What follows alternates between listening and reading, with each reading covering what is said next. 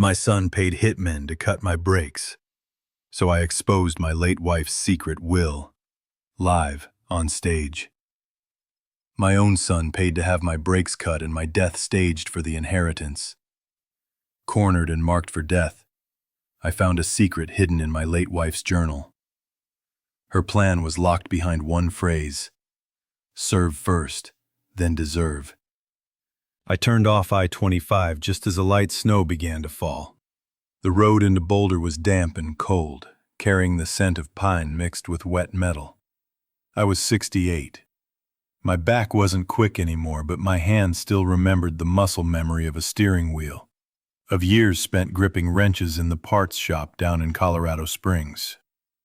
I had come for a quiet dinner with my 36-year-old son Tyler and his wife Sophia, the soft-spoken librarian who always greeted me with a smile at the door. The lights of their house glowed warm. I pulled my old pickup against the curb, shifting into gear, pulling the brake, checking once as I always did. I parked at the same angle, in the same empty space. Habit made the mind steady. Maybe, because as God knows, the older you get, the more you need things to stay in their place. "Dad!" Tyler called as he opened the door, his cheer a little forced. He hugged me, shoulders trembling slightly. I caught the smell of nicotine clinging to his hoodie. He'd quit smoking when he got married, hadn't he? I didn't ask, just patted his shoulder. "Sophia made chili and cornbread," he said, eyes flicking toward the kitchen. Sophia leaned out, hair tied back, her cheeks pink from the oven. "Hi, Dad. Was the drive okay?" she asked. I nodded and set my bag down by the shoe rack. On the fridge, a big note caught my eye. WinterFest Community Gala, Saturday, 7 p.m. Green marker, with a star scribbled by a child's hand. I smiled faintly. Winter Gala.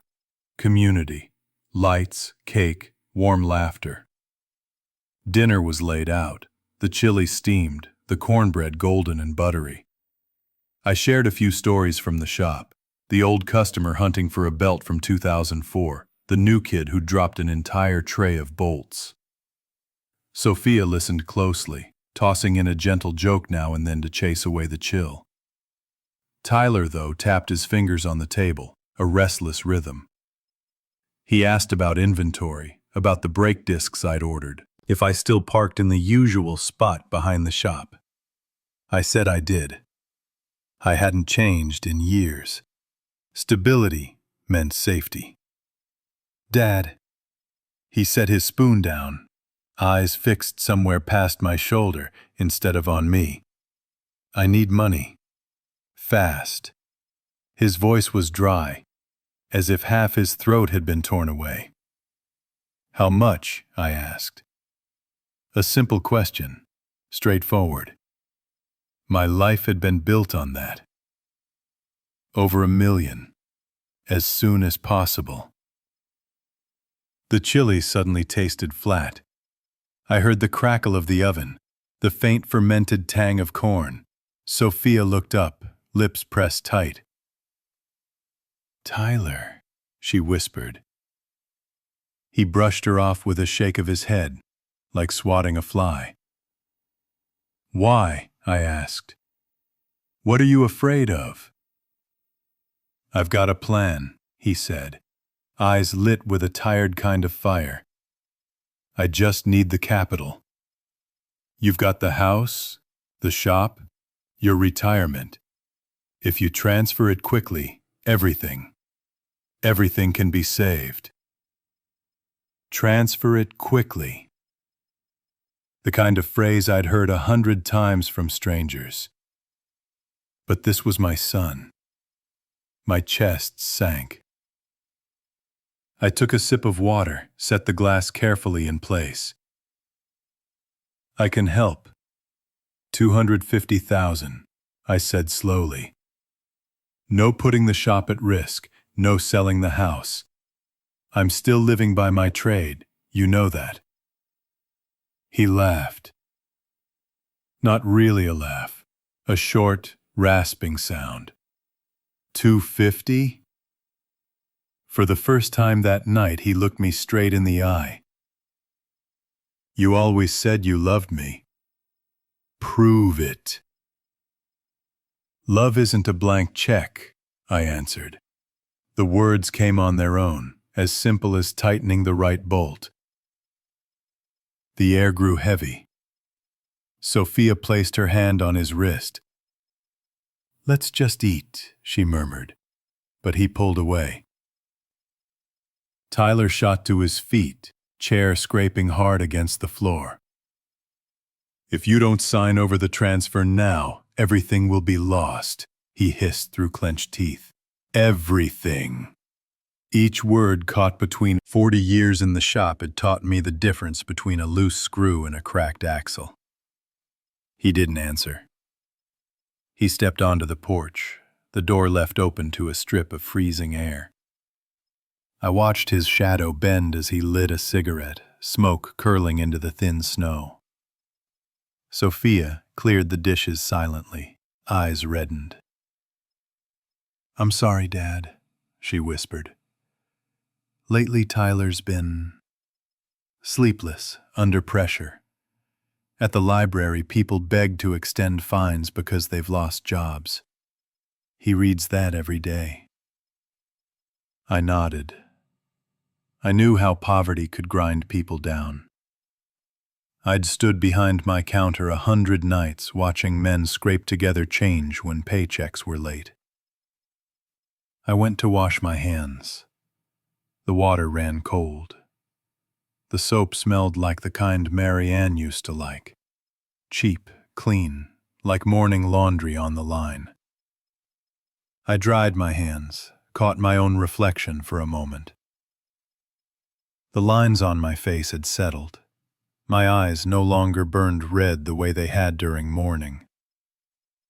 I had survived, and then I had lived on. And truth be told, surviving isn't the same as living. Tyler came back in, sat down, drawing a breath like a man about to dive. "Sorry," he said, voice softened. I spoke out of turn. "Eat, Dad." Sophia slipped another piece of cornbread onto my plate. I ate. Not as good as usual, but warm. The meal drifted along safe topics.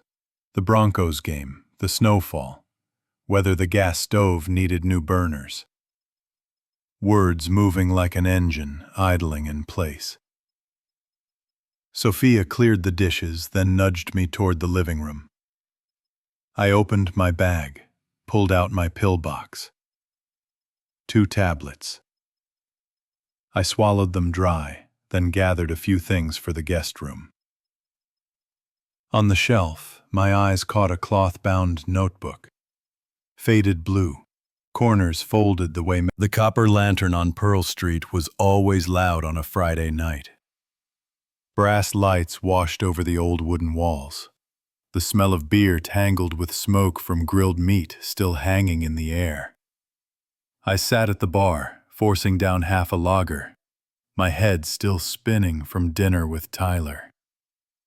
A chair scraped. Ray Alvarez, the bartender, a former Marine, tapped the counter. His voice dropped, eyes scanning the room. "Mr. Bennett, step back here a second." I frowned. "What is it, Ray?" He didn't answer right away. He just motioned me toward the small room behind the bar where the CCTV monitors hummed. The air was colder there, carrying the burnt metal smell of electronics. On the screen, footage played from the street camera. I saw Tyler, my son. He sat with 3 strangers, Deke, Nolan, Voss, names Ray whispered in my ear. I'd never met them, but the way they leaned in, heads close, I knew they weren't good company. Ray froze the frame as Tyler slid a thick envelope across the table. He zoomed in, stacks of $100 bills. "About 200 grand, Ray muttered. "Deposit money. My stomach clenched, my heart hammered. On the screen, Deke opened the envelope, nodding. Nolan pointed at a rough sketch on a napkin. Voss drew a circle, then marked a car. I caught the scrawl of 2 words, brake line. Ray switched on the audio. A rough voice came through. Backlot 740, cut the brakes, stage a stroke. My chest seized. My son had just bought my death. I staggered back, nearly collapsing into a chair. No, that can't be. Ray gripped my shoulder hard, his eyes like iron. I've seen a lot in the Corps. Trust me, Mr. Bennett, this isn't a mistake. They're scheduling your accident. I shook all over. In my head, Marianne's voice, my late wife, echoed. Harold, keep your boundaries. Don't be blinded by blood. Ray jammed. The footage only lasts 72 hours. Then it's wiped. Keep this. It's the key. He pressed the black USB into my hand, cold as a stone. But what am I supposed to do? My voice cracked, dry. Ray slid open a drawer and pulled out a folding knife, its blade gleaming. He set it in my palm as gently as handing over a secret. I'm not telling you to fight, but this gives you a choice. And he scribbled a number on a napkin. This is the Boulder PD tip line. A detective I've worked with. You'll need it. I stared at the knife. Small, the blade shining under the green glow of the monitor. Just a symbol, nothing more. Yet in that moment, it felt like the only thread tethering me to life. I lifted my phone, zoomed in on the sedan parked outside, snapped its plate number with the timestamp. 6:18 p.m. My fingers trembled. Ray leaned closer, almost whispering into my ear. Running isn't cowardice. Living to fight the right fight, that's what matters. Stay, and you won't get another chance. I swallowed hard. Cold sweat slid down my spine. I'd never imagined this day, my own blood signing a contract on my life. Ray gave me one last look, then pointed toward the restroom door. Back window, 18 inches, just enough. Go, now. My heart pounded like a drum. I hurried, weaving through the crowd. Music blasted, laughter rippled through the bar. Nobody knew I was escaping the scythe of death. Inside the restroom, the fluorescent light flickered. I unlatched the small window, glass rattling. Cold air rushed in. I breathed deep, tucking the USB into my chest pocket, knife in hand. Lock, window, roll. I muttered the commands to myself. I braced, shoved through the narrow frame, my shoulder scraping steel. Pain shot through my knee as I hit the dark alley below. The vent fan roared overhead, the stink of trash and smoke swirling around me. I rolled to the side, pressing my back to the icy brick wall. My pulse thundered, ears ringing. I bit down, forcing breath. The words replayed. Back lot, 740. Cut the brakes. Stage a stroke. I rasped it out loud, voice torn raw. My own son just bought me a death date. The USB in my pocket weighed like lead, the folding knife heavier than stone. From this second on, I wasn't just a father. I had to be a survivor. I opened my phone. I left a note on the kitchen table, tucked under the salt so it wouldn't blow away. Sophia, take the kid to your mother's in the morning. Don't ask. Don't wait. Keyword, safe. H. I signed quickly and stood still for a beat. The dishwasher hummed. I breathed in the cheap soap Marianne always liked because it doesn't crack a mechanic's hands. I wanted to tell Sophia more, to hug my grandkid once more. But staying even one extra minute would put them in the eye of the storm. I shut the door, crossed the thin crust of snow on the lawn, and got in the truck. No radio. I needed to hear my heartbeat to know I was still alive. The USB sat in my inside pocket, the folding knife in my left front, two small things, two ends of a lifeline. I drove slow, streetlights stretching into long streaks. No sky poetry, no philosophy. I just counted breaths. At a quiet turnoff, I pulled over, killed the engine, and flipped on the dome light. I took out Marianne's cloth-bound notebook. The old fabric cover felt smooth, like a familiar hand. The faint soap smell was still there, soft as her voice. Don't be afraid, Harold. When you don't know what to do, just do the next kind thing. I turned pages. Slanted script, worn pencil. Trade notes. Faint oil fingerprints. Near the center, where last time I'd seen a slip pinned with a broken pencil, I stopped. The paper still carried Marianne's line. If it's not built to serve, it doesn't deserve. I whispered it again. Then I saw it, the stitching. The spine had a red, hand-sewn thread, a different color than the others. Very neat, but the last knot was a little thick. I drew a breath and took out the folding knife. I didn't cut. I teased the knot up with the tip, slow as fixing a brake cable. Slow. Steady. I was afraid to tear a memory. One end of thread popped free, revealing a thin, glued layer. I slid a fingernail under and lifted gently. Beneath the cover, a flat, sealed envelope, stamped with a faded notary seal from an old office in Manitou Springs. I looked at the sky through the windshield. No stars. Didn't need them. I just heard myself say softly, "Thank you, Marianne." I opened the envelope. Inside were two sets of papers, a thinner set and a thicker set glued behind it. The thin set on top read like a simple trust. Looked like it cut me out of certain assets after she passed. Something that had bothered me back then, and I let it slide because I was grieving. But the last line had a strange mark. A tiny O, like the little square rule I used to check true.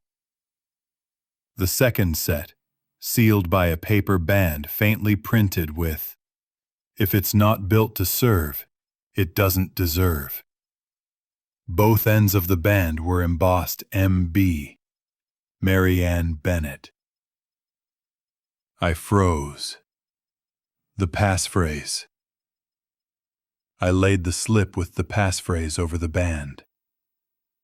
The edges of the letters lined up perfectly. A sunken, unlock edge revealed a tiny serration. I pulled. Snap. The thick set opened. I read, heart slow and sure. Charitable Remainder Trust, CRT. Grantor, Marianne Bennett. Income distributions conditioned on service. Harold Bennett and heirs will receive distributions only after completing 12 months of community service related to auto work.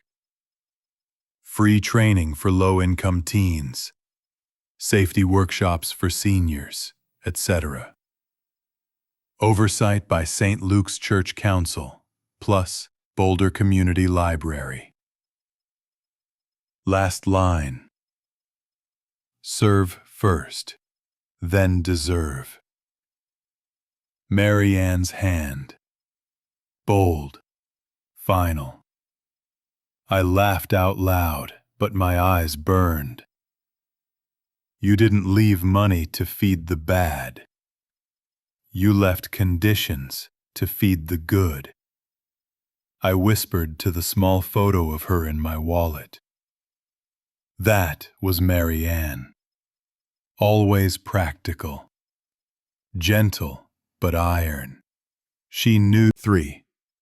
Use Mary Ann's legacy as a moral lever. Serve first, deserve later. I photographed each page of the CRT, careful to keep the EXIF with date and time clear. I laid the pages on the dash, flipped on the dome light, my hands steady again. Work with your hands and the mind settles. My phone buzzed. Sophia. Text. Dad, safe? I answered.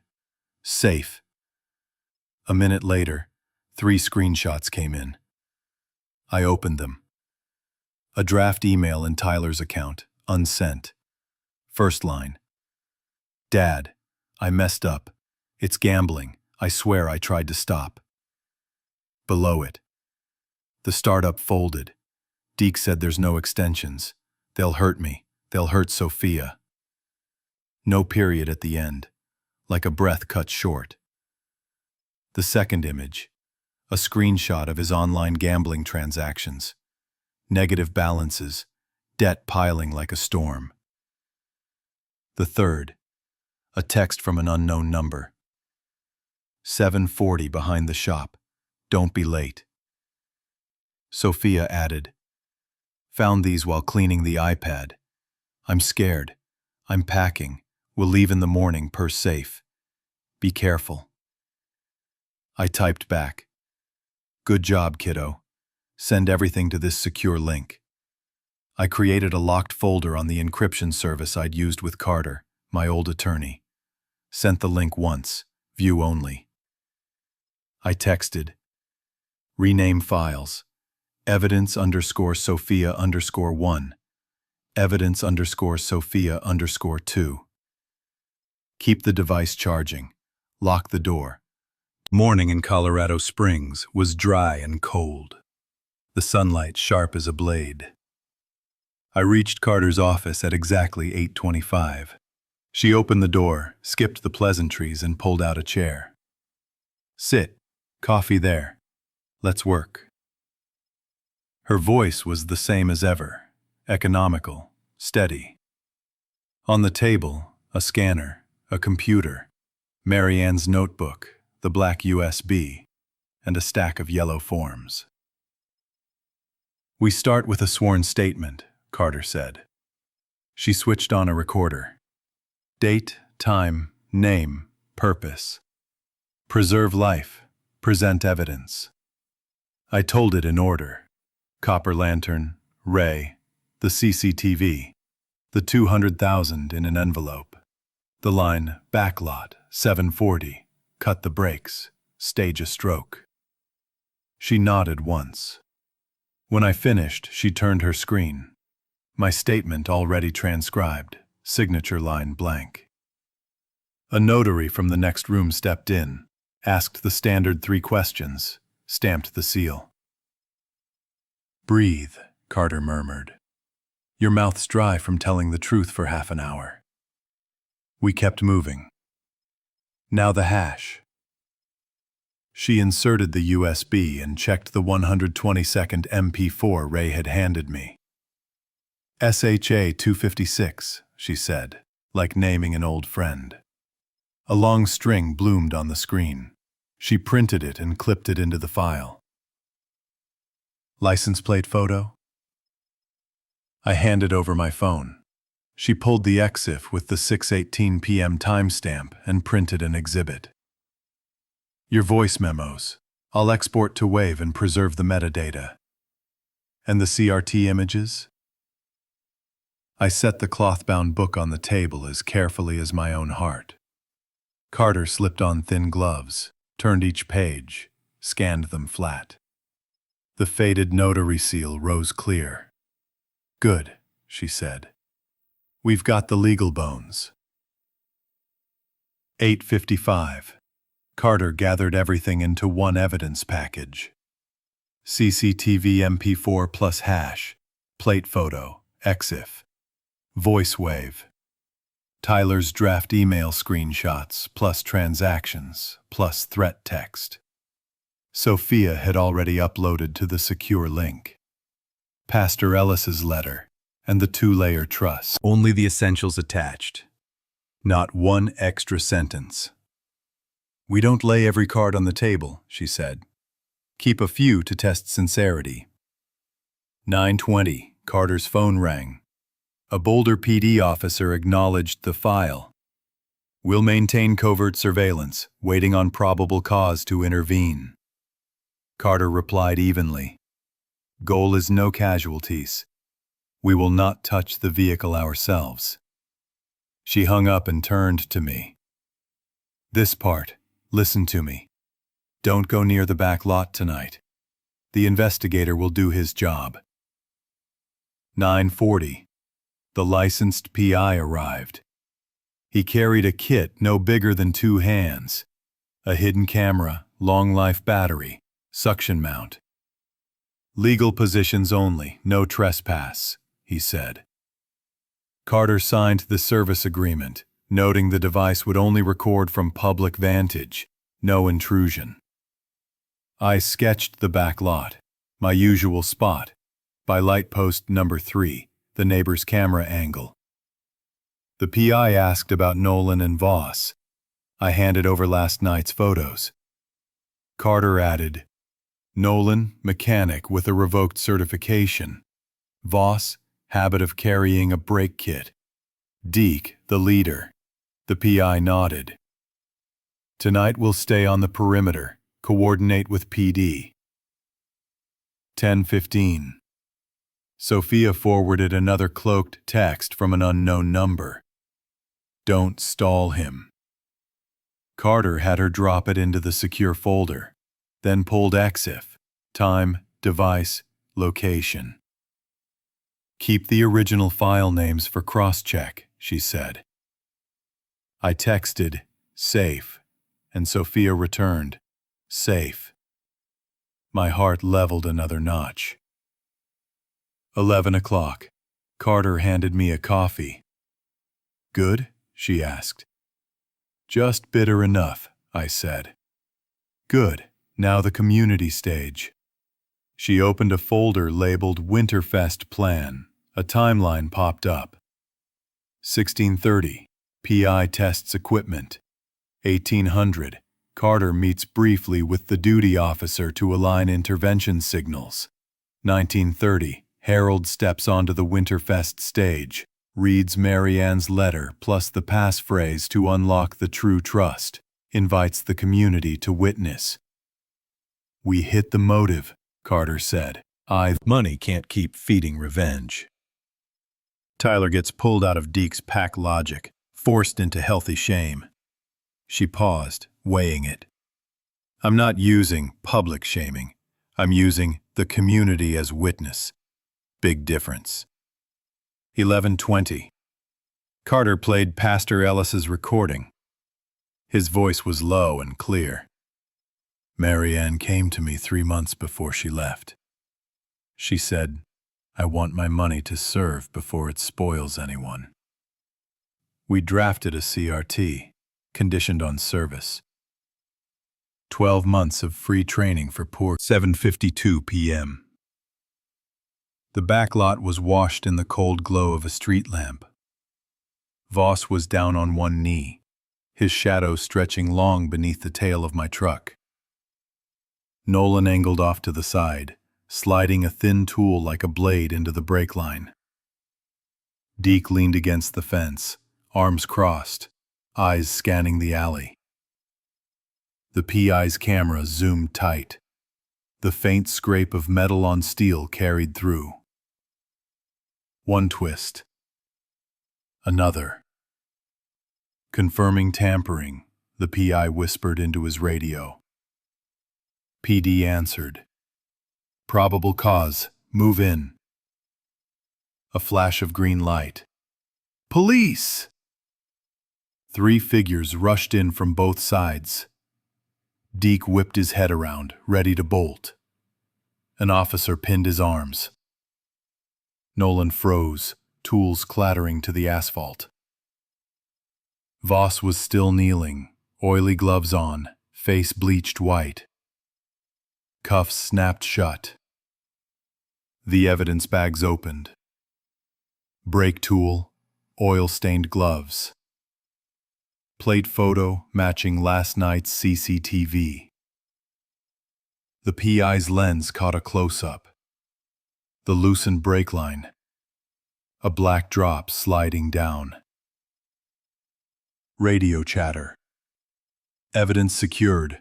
Call tow. Preserve the scene. Meanwhile, at the WinterFest gala, I stood under warm yellow lights. The wooden mic fit warm in my hand. Pastor Ellis gave a small nod.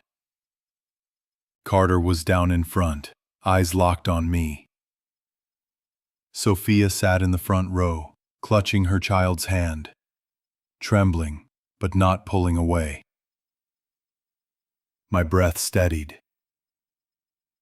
I could feel Marianne's notebook inside my coat, like a second heart. Tonight, I began slowly. I'm not talking about money.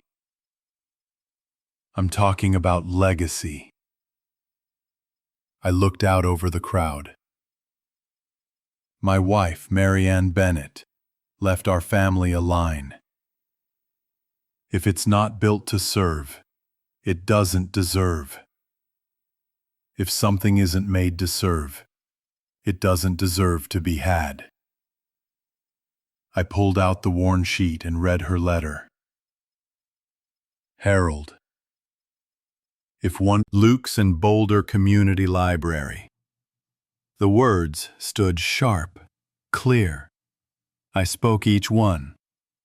To inherit from this family, to draw income from this trust, Tyler must complete 12 months of free trade teaching for low-income youth, and community service, vehicle safety workshops for seniors, maintenance help for single-parent families, oversight by the church and the library. A stir rolled through the seats. Pastor Ellis lifted his mic. Marianne left her own testimony. He played the recording. Her voice steady, warm. Everyone slips, but if one day my son loses his way, I ask the community to hold this door for me. Serve first, then deserve. I paused, looked at Sophia. She nodded. I lifted my eyes to the lights. In this family, money doesn't pass without condition. What we pass on is trade and service. No service, no share. I let the words fall, solid as a bolt torqued to spec. Back in the lot, PD read rights. Deep growled, tried denial. An officer switched on the speaker. CCTV from Copper Lantern, Tyler handing over 200 grand. Deke's voice. 740, cut the brakes, stage a stroke. His own voice shot his foot out from under him. He went silent. Nolan lowered his head. Voss shook. Carter's phone buzzed. Secured. Evidence solid. Case to DA. She raised her eyes, signed, OK. I nodded and finished. Tonight, the Marianne Workshop opens its doors. Next week, the church and library sign the resolution. I'll donate the first set of tools myself. Anyone who wants to learn, sign up. Anyone who wants to teach, Raise your hand. Hands shot up. A boy in a knit cap let out a small cheer. An old man with a cane leaned forward. I want to learn how to check